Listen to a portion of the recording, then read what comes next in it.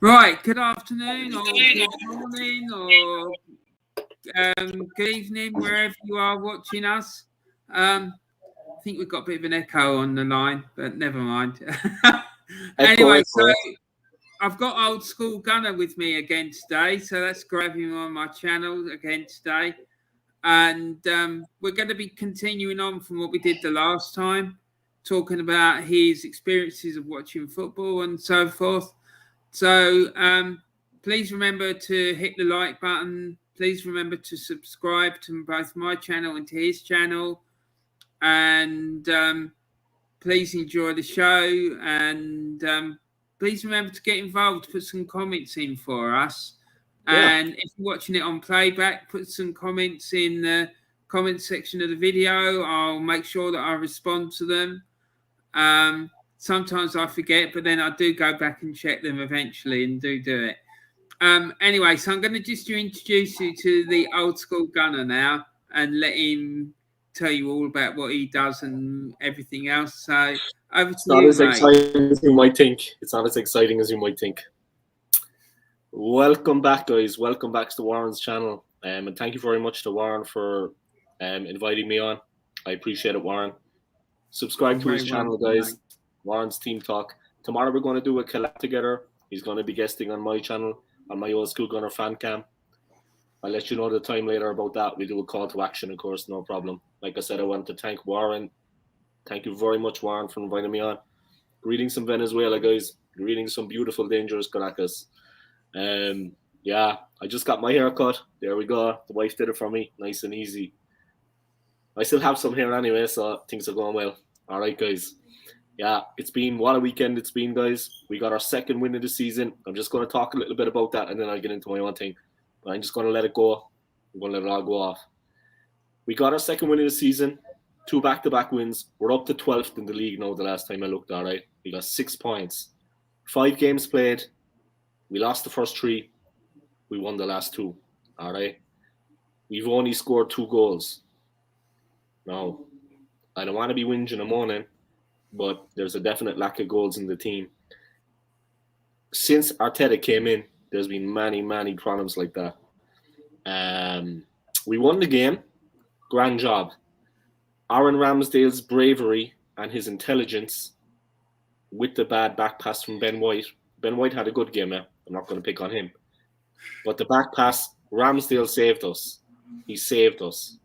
Thank God for VAR, is all I can say. The referee there, all the Burnley players jumping around like a bunch of jackasses, you know what I mean? They weren't even in the game to begin with. But anyway, looking for a penalty. Thank God for VAR, but thank God for Ramsdale. If that was Leno, I honestly don't think he would have handled it as good as Ramsdale did. He went in and he made contact with the ball before the player, but he pulled out. He didn't go through the player, and that's what saved us. He's intelligent, Ramsdale. I like his composure at the back. He's a young guy. He's so composed. It's unbelievable. I mean, he dummies players when they're running in on him, and then he plays the ball out. Like he's at home in the garden with his dad. You know what I mean? He's so chilled out. Sorry, there was a fly on the computer. Even the flies here are tough. Trust me. Now, look. But, guys, I'm happy with the win. I'm a positive person, like Warren, but we want to see what's best for the club. Simple as that. We're not making Arteta in, we're making Arteta out. Am I right, Warren? You know what I mean? We want to see what's best for the club. I'm happy enough with the victory. It was a vast improvement on the Norwich game. I thought the performance was better. And the defence, they stuck to their task. They didn't wilt and they didn't rattle. That's what I like about it. They stayed tough. Man, if you want to ask me, I gave Ramsdale a 9 in my player ratings. And I gave Gabriel a 9. The 2 with him for me were outstanding. Absolutely rock solid. They didn't shake. They didn't crumble. Ben White wasn't too far behind. But Gabriel for me and Ramsdale, they made it for us. You know what I mean? We got the 3 points and it was vital. Things are looking good for us ahead of the Spurs game. It's not the be-all and end-all, the game against him. But we need a win. Regardless who we're playing. The Spurs game, we need that victory. I think we have Wimbledon in the cup, and then we have Spurs on Sunday, the Sunday coming. We need a victory in that game. It's as simple as that. I honestly think they're in a bit of trouble now, Spurs. I think we can do them. I think we can beat them. I wouldn't be afraid of them at all in the game. What do you think, Warren? You think we can beat Tottenham? Yeah, definitely. I'm not worried about them. They got a real hammer against Chelsea. Really stressful. It's like, it's the game I hate more than any other game from the season. I just can't bear it. It's awful. I watch it, right? But I find it really, really stressful. I just want to beat them so bad, man. Yeah. And I'm not going to go into what I'm not going to make it, but yeah, if ever there was a team I didn't like, it's Spurs. No.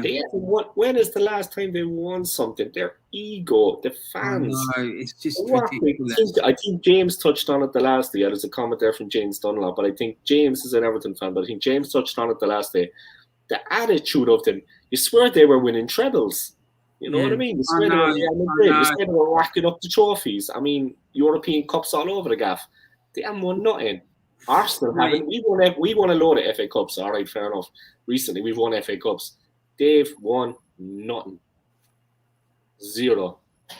Good comment there from James. Yeah. I'm in the same with the Merseyside derby. I never enjoy watching it, and I get that stressful. It's true. When you're playing, you beg enemy. It's horrible. It's like that for me. It's in the Old Firm games as well. You feel every kick of the ball. Yeah, you feel every kick of the ball, and it gets nasty. The game is getting nasty. The thing is, with the Old Firm games, though, I've got an unbeaten record when I've been in attendance. I've never seen Rangers beat Celtic when I've been there. I'm undefeated. I wouldn't go this season anyway because I think Rangers could beat them. I wouldn't go this season because I think Rangers will beat them. No, mate, I know. But, so I think we will beat them. I don't think it'll be... They're not looking 1-0, 2-1, something like that. It's not going to be a lot of goals because we're not capable of scoring a lot of goals. Well, I definitely think we have nothing to fear from them now. I mean, there's no fear there at all. We have nothing to fear from them whatsoever. No, definitely. We should never, ever fear them. I mean, sorry about that. There's a guy just looking at the shower. He's trying to fix it now. Sorry about that, guys. But then, their attitude that you just talking about you think that they'd win in cups and European trophies and whatnot all over the gaff. Small dog syndrome, mate. They haven't won anything. Small dog syndrome. That's what it is. Respects to them. They've had some good coaches recently, and they played some good football, and they've had some nice teams. I'm not going to lie. They've had better teams than Arsenal recently. I'm not going to lie. They've been good, and I like their style of play. They play incredible in the forwards. I mean, they're incredibly quick in the forwards and extremely dangerous. Is it Son? Son is a fantastic player. I think he's better than Kane. I'd rather have man, that guy. I saw them when they beat City, and I mean that wasn't a flash in the pan. He's consistently like that.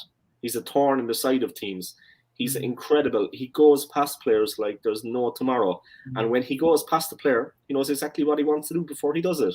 He knows he's already there. It's 5 seconds. He's gone through, and the ball's in the net. He's an incredible player. Big up himself. They have some very good players, and I'm not an idiot. I don't say they have crap players because I hate Spurs or I'm an Arsenal fan. I can see they have a good team. I can see they have good players. I don't begrudge them that, but they've won nothing. Zero. Nothing. Harry Kane, he should have went to Man City. What do you think? He should have went to Man City. He wants to win something. Very strange. He could win something with England because they have an up-and-coming team, and they were very close at the Euros. He could win something with the English team, but domestically, with club, man, he should have went to Man City. Yeah, he should have. If he had done, mate, that would have been game over. Anyway. Game over. If he'd gone to City, it would have been like watching the Harlem Globetrotters every week. It really would have been. But anyway, let's get started. I'm going to continue asking you a lot of questions, unfortunately. Oh, no. All right. Last time we finished, we were talking about, I think, if I remember rightly, about what club was the one that you disliked most. Yeah. Right? And we were talking about, you mentioned about Spurs, and we've been speaking about them. So they haven't had many achievements throughout their history, and certainly none since in recent years. So I was just wondering, really, what if there's any of their achievements that you respect from them. Any of their achievements that I respect? I don't know about any of their achievements, to be honest. I think they won the FA Cup like 1990 or 1991. I remember they beat Arsenal in a semi-final and then they won the thing, but then we beat them in the next one, I think. Yeah. That goal from Tony Adams, I remember a header. That's it. Yeah, that's right. We beat them 1-0. Their achievements, well, they got to a European Cup final. They got to a Champions League that they lost at Liverpool. They had a good enough team, but in the final itself, they completely capitulated. Nobody played good football. They were up against Liverpool. Look, Liverpool in that game, Liverpool are a serious team. I mean, no team would have beaten them on that day, I believe. Liverpool would have beaten anyone. But Spurs turn up. They just didn't turn up for that game.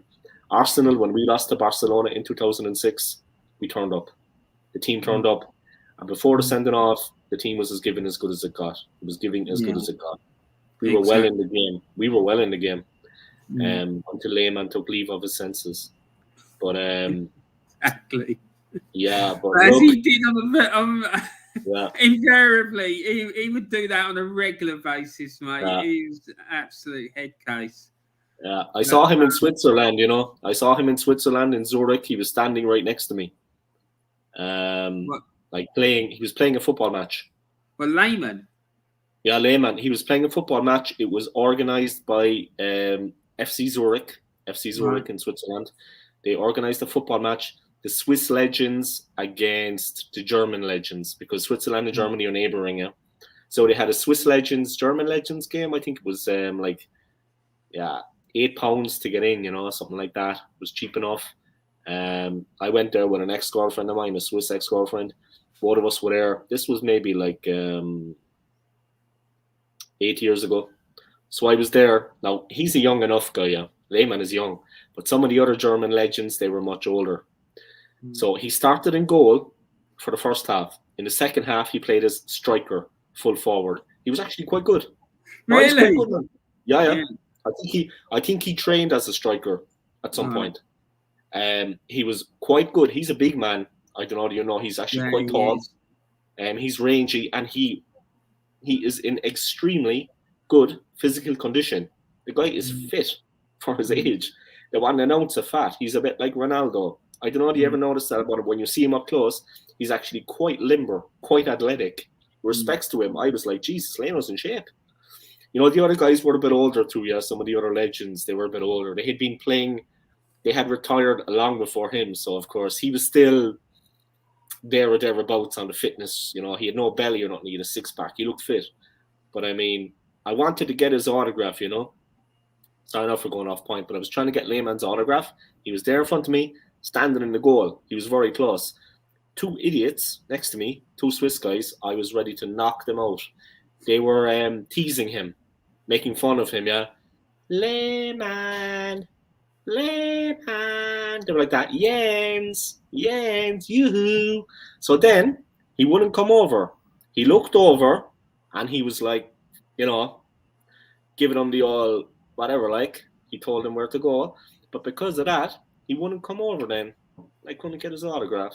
They were lucky he didn't come over, because I could imagine him coming over and giving them a slap. He would have kicked the crap out of them, man. He's muscle. The guy is strong. He's big. He's fit. I mean, if he kicks you, you're going to feel it. It's not like if I kick you or if you kick him. He's a head case. I remember that game against Bayern Munich and the Champions League at Highbury. And after the game, it kicked off. He got stuck into a few of the Bayern Munich players.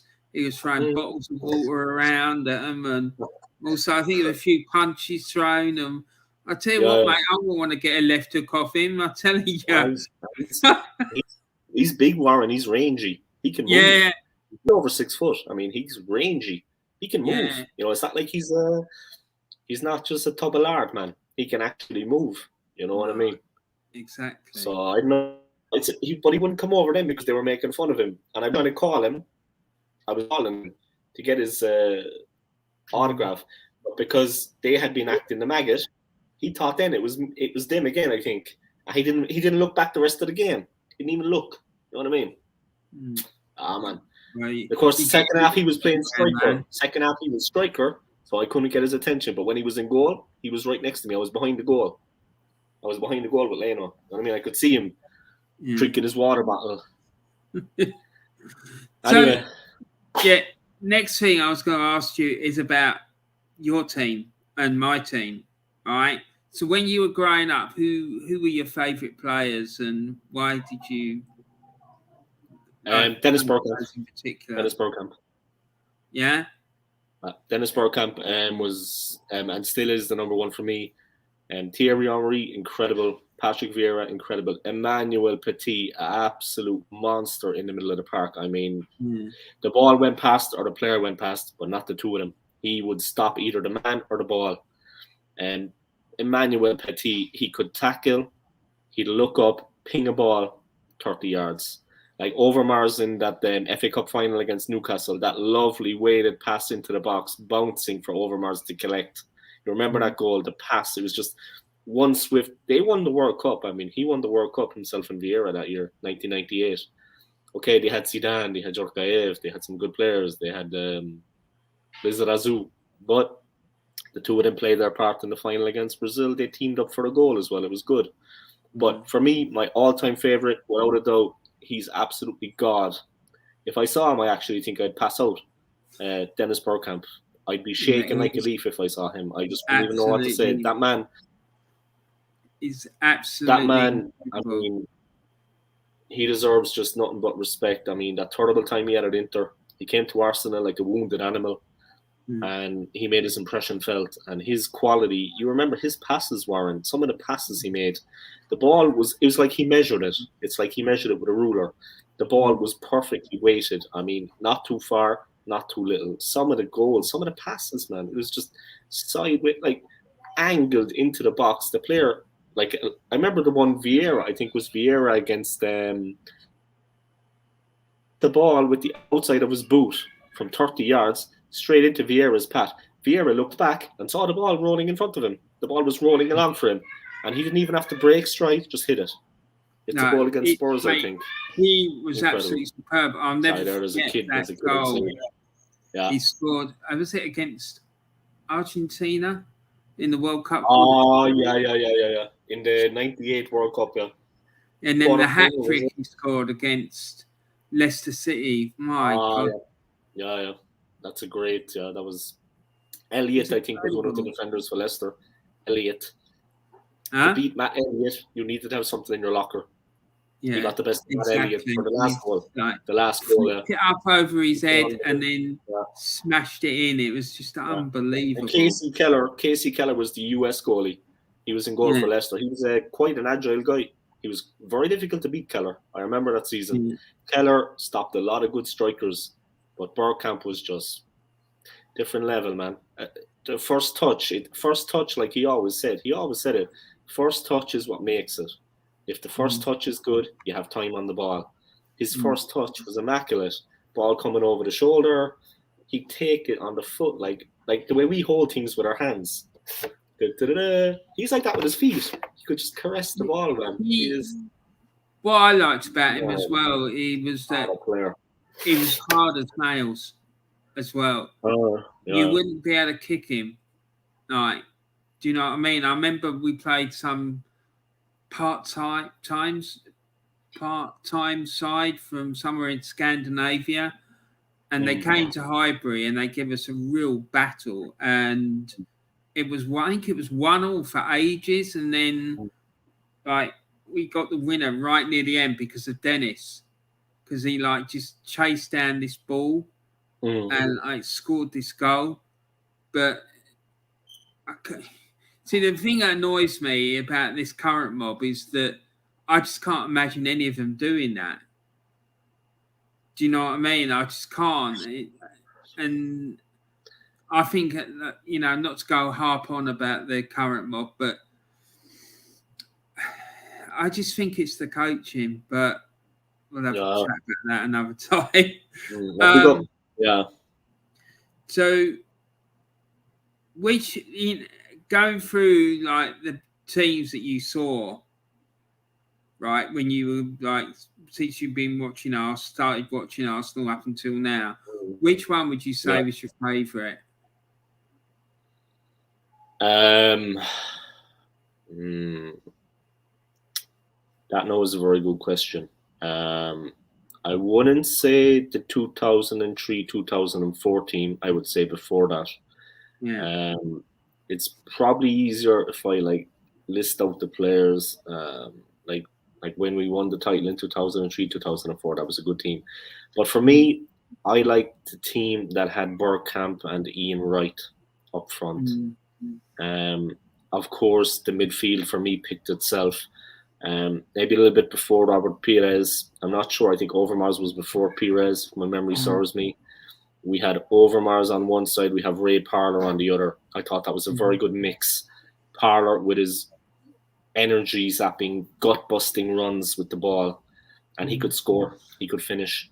On the other side, we had Overmars. Overmars was just at first name terms with the ball. When the ball came to Overmars, he didn't even have to think about controlling it. He was already doing it. And he was on his way. Ask Gary Neville. He gave him an awful time. Ask Liverpool. He gave them torrid times. But for me, it was Overmars, it was Petty, Vieira, and Parlour in the midfield. The backs picked themselves. I mean, Dixon, Winterburn, Keown, and Adams, say no more about it. Seaman, great goalkeeper. But for me, another good goalkeeper that people don't talk about much was a young Austrian goalkeeper we had for a while, Alex Manninger. Yeah, I remember we went to Old Trafford, I think, that time when Overmars scored the winner, the 1-0. And that set us like 7 points clear, I think, and we were going well. But Manninger saved at the death from, I think it was Dwight York, or else it was Ashley Cole, or even both of them. Point blank save. I mean, he came out and made himself big. Young guy. Cole could see the goal behind him. All he had to do was put the ball in. It would have been 1-1. Great goalkeeper. It was. Forwards, right at Bergkamp for me when Bergkamp first came on the scene. That team was very good. Of course, Henry, Pires, Lundberg, they came in. But for me, that Ashley Cole as a defender, one of the greatest defenders I've ever seen. Ashley Cole, like, never mind what he was like as a person, he was a bit of a bell end. But as a player, Ashley Cole, I'm talking about as a player now, guys, so don't be thinking I'm... No, exactly. I agree with you. Ashley Cole as a player, absolutely unplayable. When he was there, man, he was so secure. Even against Barcelona in that Champions League final, they got no change out of him. Nothing, man. Zero. He was in his area. When the ball came in, he dominated. It doesn't matter who was up against him. It could have been me, or it could have been Etu. No difference. He would dominate. He was always in position to take the ball, and he was very comfortable at receiving the ball. He was very two-footed. He was a two-footed defender. He was very comfortable and quick. He had pace. That's what makes it, pace. He was electrifying. Because that team that you're talking about, the one that I think it won the double. I think it was one of Wenger's first. It was either his first or his second season. I think it was 98, yeah? Yeah, it was. And they won the double, and it was an incredible team. It really was. And they had the mix, youth, experience, foreigners, English players, and the camaraderie. There was a real team spirit there. The guys would have fun. And they were enjoying their football. I mean, they were laughing and joking about it. Because I remember that season, and we were down in about 12th, and midway through the season, and we lost this game at home to Blackburn Rovers 3-1. And I remember there was like a press conference afterwards, and the media said to Wenger, what's going on? And he said, we got a few problems that we need to sort out. Don't worry, we will sort it out. And the story is that I heard, I don't know how true it is, but they all had a massive sit down and said a few things and didn't hold back anything. And then after that, it just exploded. They just went on a run, yeah. Yeah. And they went and won the double. I don't think they lost the game. And that young goalkeeper you're going on about, Alex Manninger. Yeah. I don't think he conceded a goal. Like, he came into the team sort of like January, I think it was. And from the minute he came into the team, I don't think he conceded a single goal from the time he came into the team until he went out of it. And he was in the team for a good few months because Seaman had quite a bad injury. Yeah. And it was either that or he only conceded one or something. But he was superb. And I remember we played West Ham at Upton Park and they battered us. And he saved us from an absolute hammering. What a principal team, yeah. So, that team was a really, really good side.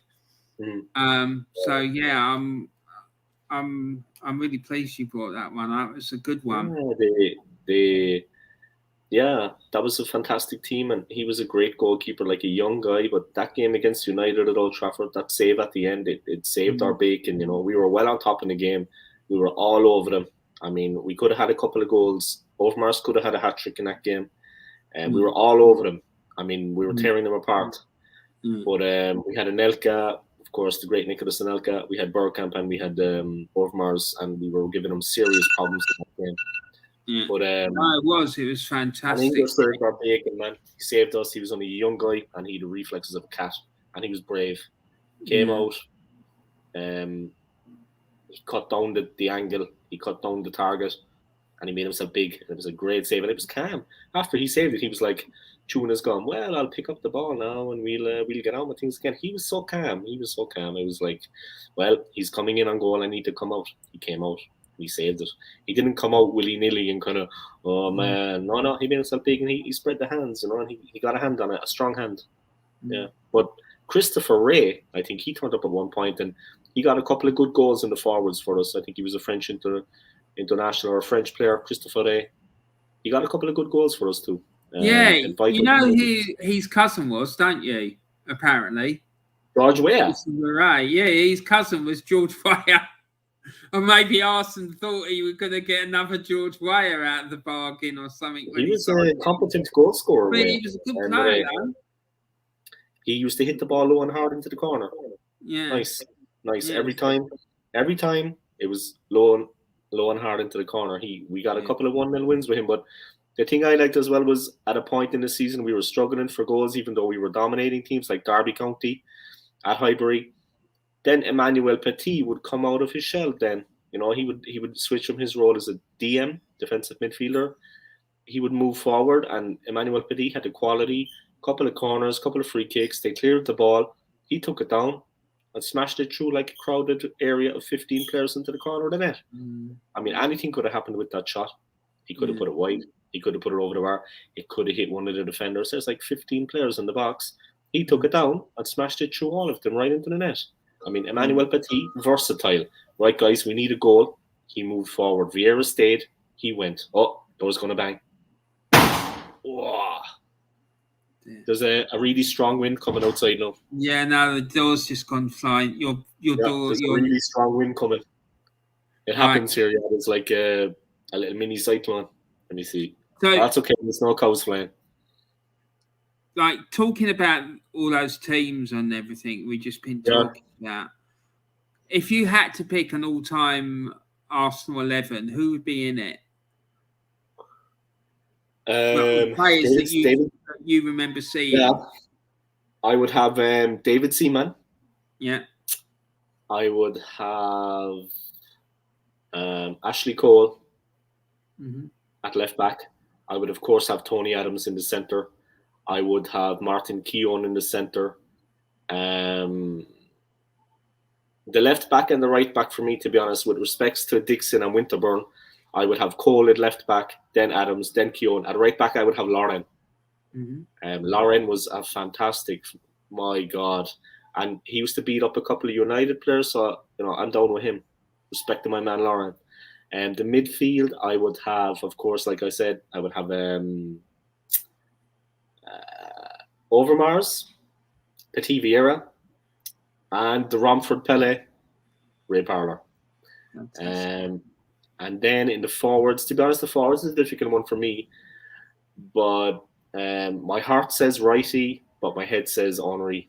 I would have Bergkamp and Henry, but with a special mention for my man Ian Wright. And I also have to give up big ups to Nicholas Anelka, because Nicholas Anelka was, I don't know how many times Ian Wright tried to beat Peter Schmeichel against United. Anelka came along and he was hitting the ball past him every time he played. But he had incredible pace and power. Anelka's legs were strong. I mean, this man could hit the ball. He could hit the ball, Warren. He could crack it in, as Peter Schmeichel found out. You're right. You're right. He could. So I have to give props to Anelka and Wright, but I would play Henry partnering Vieira. You know, with Anelka, right? Apparently, the story is that Wenger wanted to play Anelka and Henry up front together. Oh, man. Can you imagine them two playing up front together? Bergkamp in the hole. Bergkamp in the hole. Bergkamp in that little spot behind them. Bergkamp just behind them, man. It would have been a madness. An absolute madness. It would have. The two of them up front together, it would have been mad. It would have been like, whose turn is it next? Okay, I go. Yeah, you pick up the rebound. It would have been crazy. Imagine the ball rebounds. Yeah, the ball rebounds. And you've got the two of them there. Oh, man. It's like, I leave it to you or you leave it to me. Incredible players. Yeah, but like I said, I'd go for Bergkamp Henry then. But I have to give big ups to Ian Wright and Nicholas Anelka, because they were special. Out of all the managers we've had, right, who would be your favourite, or who do you think was the best ever manager we've had? Well, Arsene Wenger, of course. Obviously, he fell out of favour at the end, like at the second half of his tenure as Arsenal manager. He fell out of favour. That was unfortunate. Yeah, he got us some real hammerings in the European Cup against Bayern, as I remember. He like this fourth-place trophy crack. We take him back now at a heartbeat compared to the idiot we have in as manager. But yeah, Arsene Wenger definitely, because when he came along, even the other Premier League managers, everyone says it, he changed things around completely, not just for Arsenal in the Premier League. The way people took things more seriously. Obviously, he came from Nagoya Grampus 8. He came from Japan. He had played for AS Monaco. He was, I think, coaching them even for a while. But when he came to Arsenal, he came from Japan. He came from Nagoya Grampus 8. He came from the J League. And he had picked up a lot of things there. And as life is a journeyman through coaching and through playing, he had picked up a lot of ideas.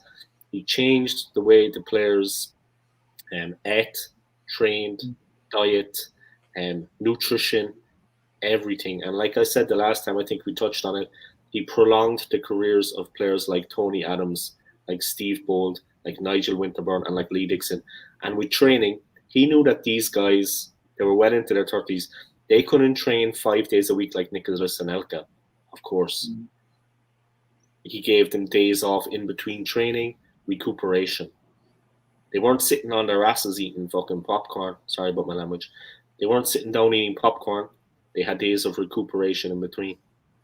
Yeah. So it's not just that he was in the office and he was signing players and he was helping us beat United 5-0. He also paved the way for the move to the Emirates. No, it's true. It's true. And James is coming with a chat saying Anelka and Henry would have been an exciting partnership. You're absolutely right, James. They would have been terrible. If I was an opposition supporter, I think to come up against that, I would have been absolutely terrified. I'm just going to take a little break there. I have to run to the bathroom. I'll be back. No problem, mate. I'll see you in a sec. I'm drinking a lot of water again, guys. Sorry about that. All right. Okay, mate.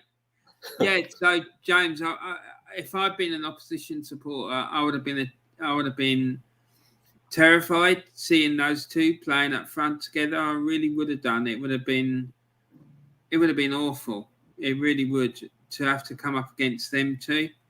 So, yeah, but it's good to see you, James. I hope you're doing all right, mate. And thanks for coming in to the chat. And thanks to everyone who's watching this stream and also to everyone who's watched all my videos that I've put up, and everyone who's subscribed and put a like on the videos. I really do appreciate that. Thank you so much. And for all of you watching this one, whether it be on playback or watching live, because for some reason I can't see how many people are watching live, so it's a bit weird. But thanks very much for tuning in. Please remember to subscribe to the channel. Please remember to put a like. Please remember to put a like on the channel, and please remember to share it around. And don't forget, clicking on the subscribe button doesn't mean that you've got to pay. It's completely free, and it always will be. As soon all the time that I've got life in my body, there is no way that I'm going to be charging people to watch my content. No way. James just come in with another chat. I'm good, thanks, Warren, apart from Saturday when we have injury problems in the squad. Yeah, I saw that, and Rafa sort of talked about that when they interviewed him on the BBC at the weekend after the game. I noticed that he sort of alluded to some problems that you'd had. And looks like Old Skool's back, so I'm back.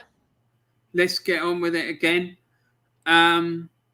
Yeah, so you're talking about Arsene Wenger being, you believe, to be our greatest ever manager. So that's easily.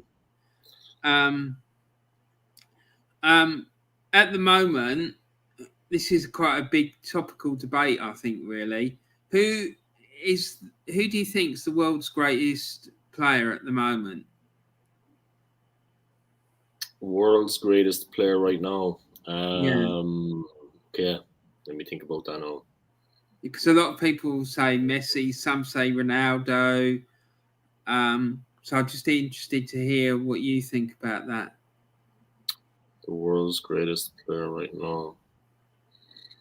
And then in a minute, I'm going to ask you who you think your greatest player of all time is. Yeah, the world's greatest player right now, I would say, is Kylian Mbappe, in my opinion. Yeah. That's my opinion, guys. You know what I mean? Yeah, no. Disagree, agree, it's cool. But there was a player that played for Italy in the Euros. It wasn't Insigne. It was another guy. He was like a forward, very quick, small guy. Locatelli, was it? Who? Locatelli? No. It was another guy. I could check on my phone there now. Just give me a second. I'll check. No, it's okay. You go ahead, mate. So let me check there now. But this guy for me was he was incredible. Any team would be lucky to have this guy. And he go to the Italian squad. But he played incredible for them all through the tournament, and he was absolutely fearless. Chiesa. Oh yeah, I remember him. He for me was one of the greatest players I've ever seen. Chiesa was breathtaking going forward, and he put his body on the line several times. He knew he couldn't get through. He knew the defense were going to shut closed on him many times, but he tried to punch a hole. He tried to break through. He knew they were going to close on him. He knew they were going to do that, but he tried to break through. Breathtaking. He's like a whirlwind when he goes forward. Incredible speed, incredible control. And like I said, he knew a lot of times he was going to get creamed, but he went and he won a foul, or he won some ground for the team. He tried to punch a hole, and when they took him out, someone else took up the ball, and they made something of it. Incredible, fearless player. He put it all on the line for them. Man, I've never seen courageous player. Courageous. Respecting. They had some really good players in that team. And they had a really good coach as well. Yeah. And that makes He's a big fearless, difference. man. He's fearless, Warren. He could have went to the hospital, man. He could have went to the morgue. I'm telling you, some players out there, they take no prisoners. He tried. He tried to break through. He didn't just accept it. He was like a whirlwind. I mean, some of the fouls on him, if he did that on the street, he'd be locked up. Incredible. Yeah. He's brave. He's brave. So, I mean, courageous. Thanks for that. So, in your opinion, who's the greatest player of all time? Diego Maradona. I've got an opinion about it, but I want to know what you think. Maradona. Maradona, yeah. I have to agree with you. I just think the man is just unbelievable. You know, I remember when he died, I did a tribute video for him on my channel, and the stories that I heard, like I remember Gary Lineker talking about when they played their football league, English Football League against the Rest of the World game, which I was lucky enough to go to. He said he was sitting in the dressing room and he had like a golf ball or something like that, and he was like playing keepy-uppy with it. Yeah. And he said the things that he could do things with an orange that Zidane could do with a football. He said it was just mad, absolutely mad. He said like, and then I've got another story about him. When he moved to Napoli, right, he got contacted by these people because this kid in their local community was like struggling with leukemia or something like that. And they were having a charity match and they wanted Diego to go and play in this charity match. And Napoli said to him, no, you can't do it. You're not going. It's too dangerous. Diego said, I don't give a shit. I'm going, mate. And that's the end of it. You can't stop me. If you try and stop me, I'll go back to Barcelona. And he went and played in this charity game.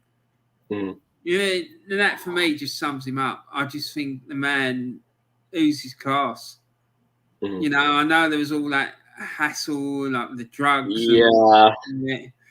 But that side of it is just amazing. I love the player. I really did. I loved him.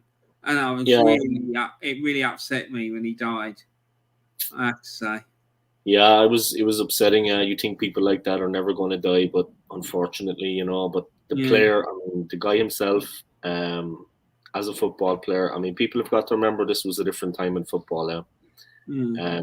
Defenders would take your life. They'd actually end your career when he was playing football. And of course, he was public enemy number one for defenders.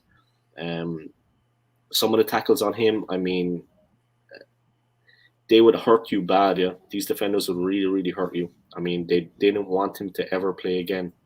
And they really tried to hurt him that he couldn't stand or play.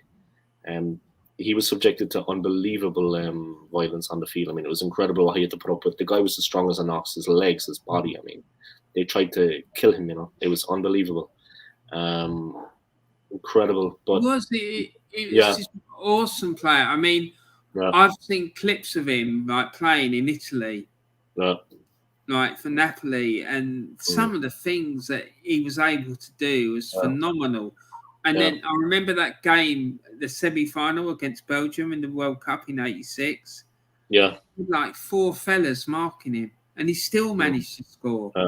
He was like he would just pirouette like a piece of paper in the wind, man. He was just like paper in the wind. He was so light. I mean, he was just left side, right side. He would run at breakneck speed right to the edge and then just hit the ball on the opposite side of the goal.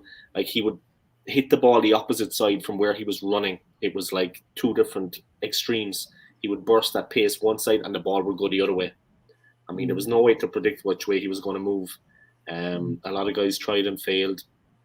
He was incredible in tight spaces, but he had like an art of slowing the pace and quickening the pace. He would take the ball slow and take the ball fast, and he would accelerate off in a second. I mean, he would take the ball and then they think they're close to him, and he would just weave and dodge out of trouble. He would draw the tackle in and just slide past them all the time. Incredible balance, speed, and like I said, he always broke out of the melee. They tried to get him drawn into a real battle in the midfield, but he always broke away from them. He could take the ball on the left, he could take the ball on the right. His turning and his speed, like, but precision and with real effort, he'd cut through. He'd leave players for dead. But you've got to remember in this time, a lot of people out there, maybe they don't know this, but the training wasn't as regimented as it is now. It wasn't Real Madrid now. It wasn't Barcelona or Arsenal or Spurs or United. He learned those skills kicking the ball around just on the street. I mean, it wasn't like he was coached by the best coach in the world. or trained by a forwards trainer. They didn't have a defensive coach. They didn't have a forwards coach, a goalkeeping coach. There was nothing really like that in place. He kind of learned it by himself. What you see was nature. It was natural. Just an incredible player, like a drop of the shoulder, a little feint, and he would cut inside. The goal against England, like the one against Belgium, unstoppable. I mean, he scored a goal, I think, against Ireland once too in Dublin. Unstoppable. So I'm not just saying it because it's England. Yeah, he destroyed Ireland. He destroyed my country. Mate, I saw him play against Scotland at Hampden Park as well. Napoli. It was unbelievable. He was just unplayable, absolutely unplayable. Yeah, and he was just on a different level, mate. That's all there is to it. I mean, some of the youngsters who are watching this, go and look at what he used to do on YouTube. It's unbelievable. You just can't imagine. And he's doing this in a time it's not like now where if you get breathed on and you go down, you're getting like a free kick or something. Yeah, like you'd have to get poleaxed to get a free kick then. So just go and check it and you get marked by like 4 or 5 guys, or it was just madness. Also, I think it's important to say, like, when he went to Napoli, they had one signing that summer, Maradona. They went from like near relegation team to winning the league. Yeah. When he went to Argentina, he brought, in respects to the other players playing for Argentina, he dragged 2 of the worst Argentinian teams to World Cup finals, 86 and 90. They won the first, they lost the second to West Germany. He dragged 2 of the worst teams Argentina has ever produced. He dragged them kicking and screaming, him alone, to 2 finals. Exactly. Incredible player. That's my argument about it, because I've never seen another player do that, ever. Do you know what I mean? And you could, like, guys, the last thing I want to say about Maradona is you could show him on the outside, he's going to cut inside. You could show him inside and let him come into another teammate that's waiting for him. You set a trap, he's going to break it. You could turn him one way, he's going to turn the other way. It didn't matter what you did before he got the ball. Premeditated all you want. He's going to go through anyway. It's like that. With a lot of the goals he scored, if you had moved left, it's like people watching it now saying, well, I would have come across and I would have done this. He would have turned inside. Well, I would have come across him like that. He would have went outside. There was no way to predict which way he was going to go. And there was no way to stop it. There's no way to stop him. He's going to beat you. He's going to beat you, because a lot of the times when he received the ball, he kept the ball on the edge of his toe, what it looks like to me when I see it. He had the defender turned. The defender was turned. The defender was in like no man's land. He didn't know whether to go left or to go right. And if you go left, he's going right. And if you go right, he's going left, because he had the ball under control. He had the ball right where he needed it. Do what you want. Dive in. He's going to beat you. Stand off him. He's going to beat you. Go left. He's going to beat you. Push forward. He's going to beat you. Hold back. He's going to beat you. It's like, you know what I mean, Warren. He had the ball right where he needed it. He had it in that area close. The defender always thought he could get it. The defender always thought he could get the ball off him. But he had it there tantalizing you. But when you moved in, he was already gone. It's like that with him. It was mad. And the maddest thing for me about that goal that he scored against England, the second one, I think it was, or was it the first one? Well, certainly he scored 2 goals against England, right? Yeah. One of them, he was interviewed about it. And he goes, listen, he said, that game against England when I scored those goals, for me, it was just like playing with my mates in the park. And I was thinking, listen, you're talking about a World Cup final and you're comparing a World Cup quarter final and you're comparing it to playing in the park with your mates. I was thinking, that is just mad. Do you know what I mean? He just thought it was a big laugh, you know, and, you know, I like that, the attitude that, you know, he's going out there to enjoy himself and have fun, you know, and I just wish a few more players were like that, because if they were, you know, the game would be far more exciting. Yeah, of course. Yeah, it would. Yeah. So, listen, I've only got a couple more questions to ask you, mate. Right. Okay. First one is, when you were growing up in Ireland, in Cork, did you ever go and watch football when you were out there, like watch boxing or anything like that? I saw a couple of wrestling matches. I saw a couple of hurling games. It's more into like the GAA. So I saw hurling and football games with my city, with Cork. They had a couple of successful teams down through the years, so we got into a couple of finals. The football, locally I saw games, of course, but going across to England and stuff like that, my dad never took me anywhere. Not really. Once to a wrestling fight. But I think he took me then because he wanted to go and see the wrestling himself. So he just took me as an excuse, which is cool, which is cool. Yeah. But no, I didn't see many games. Obviously, when I got older and independent, I could do my own thing, working man. I had a bit of cash. But I used to watch the Gaelic, the Gaelic, the GAA, the hurling and the football. So we had some incredible games there against our local rivals and neighbours, Kerry. We had some real battles with them, and the worst thing was that they were champions of the whole country. They were national champions. So when we met them in a provincial final, it was very hard to get out of the province because they were there. And they were the best team in the country. So normally if we beat them, we'd win. We'd win the title. We'd win the whole thing. If we beat them in the provincial final, we'd go on and we'd win the All-Ireland because they were the best team. But trying to get past them, we spent so many years in finals against them and just getting mashed. So what did you think about those impressions that Conor Moore did? Did you see that ones I sent you recently? Like John Loughnane and all the rest of it? No. Did you not see it? No, unfortunately not. Mate. I'll educate myself. Send me it later. Yeah, I'll educate myself. Because it's absolutely hilarious. Like, he does all these like impersonations of all these personalities from the GAA, and it's okay. I'll have to check it out. Honestly, there's some crazy people involved in that. There is, and it's so funny, But so that's about it, really. Is there anything else that you want to talk about before we wrap up? I can talk about a little something before we head off into the West. Just everybody out there. I'm just going to ramble on for a bit now, but with a bit of structure. Support YouTubers like Warren's Team Talk, myself, the Old Skool Gunner. Of course, we enjoy being YouTubers. We do it because we like the club. We love Arsenal Football Club. It's as simple as that. Best fans in the world for me.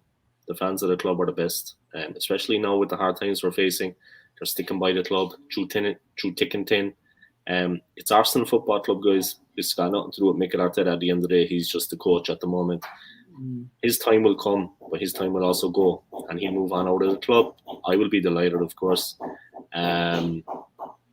Just go out and support YouTubers like Warren, like myself. We're true Arsenal fans. We love the club. And the 3 pointers.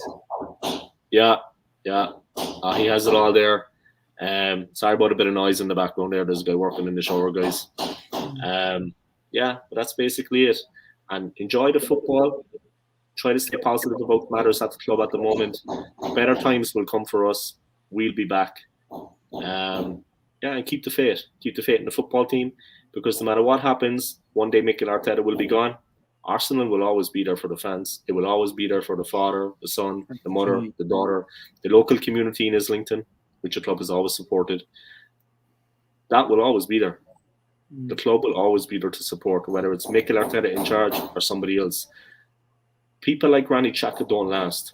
People like Mikel Arteta, they don't last. Their time comes, their time goes. Parasites like them will leave the club at some point. Edu, another parasite. No backbone. Spineless. If we won the FA Cup tomorrow or the league, I'd say the same thing. Arteta is the wrong man for the job at Arsenal. And that's how I see things. And if he was standing there in front of me now, I'd say the exact same thing. I wouldn't insult the man. But I'd tell him straight to his face. He's the wrong man for the job. He can make what he wants about that. It's no bones to me. But I'd tell him straight to his face. Arteta's the wrong man for the job, guys. Another manager can do a hell of a lot better with the players we have and with the team we have. That's what I think too. And I don't blame him for taking the job, because if someone offered me that money to do that job, I would take it. Of course I would. Any of us would. Yeah. Do you know what I mean? I mean, it's just that I just don't think he knows what he's doing, and I just think he's making a monumental mess up of it. Yeah. And I agree with you. Another manager can do better with the players in the squad that we have. I mean, a lot of the potential of the players now, like Odegaard and English players, Smith Rowe, Saka, Brazilian player Martinelli, the younger players, their talent is going to waste because Arteta is not capable of harnessing that. He can't bring these guys forward. He's the last guy you'd go to for advice. Granit Xhaka. If Xhaka gave me advice on the football field in training, I would laugh in his face. Then I would walk away. If Granit Xhaka came up and tried to give me advice, man, I would laugh in his face. Yeah, listen, if he gets back in the team, these guys. For that match against Spurs, I'm going to go ballistic. I'm telling you now, he's going to play Warren. Be ready for disappointment, my friend. I don't want to burst your balloon, you know what I mean? I don't want to burst your bubble. Arteta is going to play him, without a doubt. That's my big worry. That could cost us the game, I think, because he is so slow in the midfield. Like, he's not going to be able to track Son. When Son breaks through the midfield like he likes to do, Xhaka is not going to have the wherewithal, the talent to actually stop him. He won't. The problem is he causes such a problem because he's right in the middle of it all, right? Because he plays in midfield, he affects the attack. He affects the defence. Do you know what I mean? When he makes one of these stupid mistakes, it puts pressure on the defence, right? And the amount of times that he's done that and the opposition has scored a goal. That game last season at Burnley, right? He played the ball across our penalty area. He didn't even look before he played the bloody ball. No. And it went straight to Chris Wood, and he had an easy thing just to tap the ball in. Yeah. I mean, that is like schoolboy. And a schoolboy wouldn't even make that sort of error. Sloppy. He's just careless, man. He's got ridiculous. He has a real lack of awareness of what's around him. There's no awareness there. He doesn't have any awareness. Simple as that. It is. Sloppy, lack of awareness. He's very pedestrian. He's very slow when he gets the ball. There's no pace. There's no sharp turn. There's no move out of trouble. He can't play the ball out of trouble, and get away like Petit and Vieira would do. He's a shocking player. He's one of Arteta's little fanboys. They love each other, I'm sure. I'm sure there's something going on more than just. See that comment there from James. Xhaka will start. You know what Arteta is like with his favourites. Arsenal will lose. Xhaka will start and Arsenal will lose. And who's going to make way for him? A player that has been improving and making a lot of ground and doing well. Probably Sambi Lokonga. A player that has been doing well for Arsenal, gaining confidence. And we've had 2 wins without Xhaka. Xhaka hasn't been involved, and we'll have 2 wins on the bounce, guys. See, the thing is, I'd rather have Ainsley Maitland-Niles in that midfield ahead of him. Yeah. I would, because I just anyone but Xhaka, man. Anyone. I'd play Warren. In there. Warren would be playing Warren, number 10. I'd have him in there in the midfield. Combative midfielder. You know what I mean? I'd have you like covering every blade of grass for the team. You know what I mean? You'd be the workhorse. Warren the workhorse. Yeah. No skill, no talent, no skill and talent. You're just a workhorse, Warren. And then you just pass the ball to a player that can do something. Yeah, that'd be you, Warren. That would be you. I would be making the tea. I would be the guy that makes the tea and sandwiches and the orange. That would be me. I can't play. I mean, I've got 2 left feet. I mean, I'd beat myself. I'd beat myself and I'd beat myself again. You know what I mean? I'm like Titus Bramble. I'm at that level. I'm Titus Bramble level. Legendary. Whenever Bramble got the ball, Wes Brown kind of thing. Wes Brown level when he was at United. Wes Brown. Didn't know what Wes Brown was going to do. All right. I think we'll wrap it up there because there's a bit of noise in the background for me. There's a bit of work going on in the shower. So. Right. So there's a thing come up on my phone saying fingers burned. And what it says is Leno paying for being signed by Emery? Possibly. Maybe. Yeah. Yeah, maybe, because any other player that was signed by Emery, except for Kieran Tierney, he's dispatched them. Yeah. And now we have Ramsdale. I honestly don't think Leno's going to get back into the team. He's going to be number 2. Ramsdale should be your keeper. Ramsdale is very good. Yeah, absolutely. So I like Ramsdale. Guys, make sure that you go and check out the Old Skool Gunners YouTube channel. I'm going to put the descriptions for the Old Skool Gunners YouTube channel in the description of this video.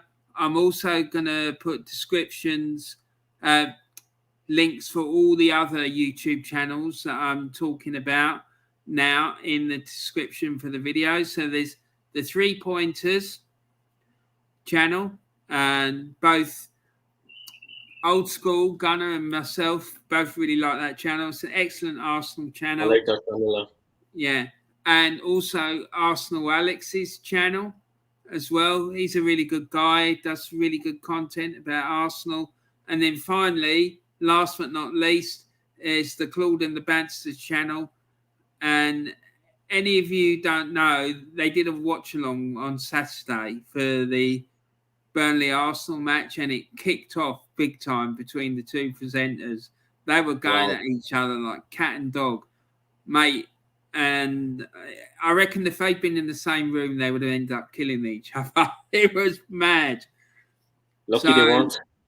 Huh? Lucky they weren't.